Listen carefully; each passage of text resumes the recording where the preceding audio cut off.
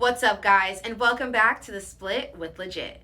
This week's episode is a little different because the past weekend both Miami and FIU had a bye week, but we are back with some football this Saturday, so I'm here to get you pumped up and ready for two great matchups.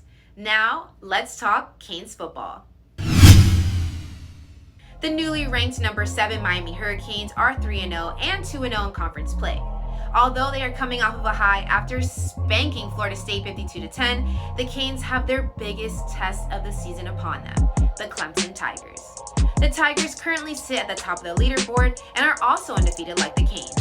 The last time these two teams faced off was back in 2017 for the ACC Championship. Now, we all remember that awful day for Miami fans. That 2017 season, the Hurricanes won 10 straight games. So obviously, everyone thought the U was back, but the season ended up turning for the worse with a loss on the road to Pittsburgh, and then the painful loss to Clemson followed. Despite all that, though, the Miami Hurricanes look a lot different this season and play a whole different style of football. But is that enough to pull off the big win on Saturday?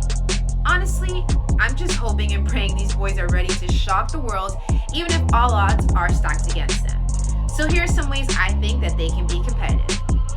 First up, avoid making mistakes. Seems simple, right? But the pressure of playing the number 1 ranked team can bring on some jitters. Quarterback Derek King has done a great job of keeping the ball and having 0 turnovers, but there have been a few fumbles that can't happen. Next, we have a kicker, and his name is Jose Borregales. This grad transfer is 6 for 6 this year, so if this becomes a defensive game, field possession will be everything. And lastly, bring out the turnover chain. When Miami forces turnovers, they win, so don't stop now. And at the same time, if the offense gets the ball rolling early on in the game, it will help the defense from getting fatigued.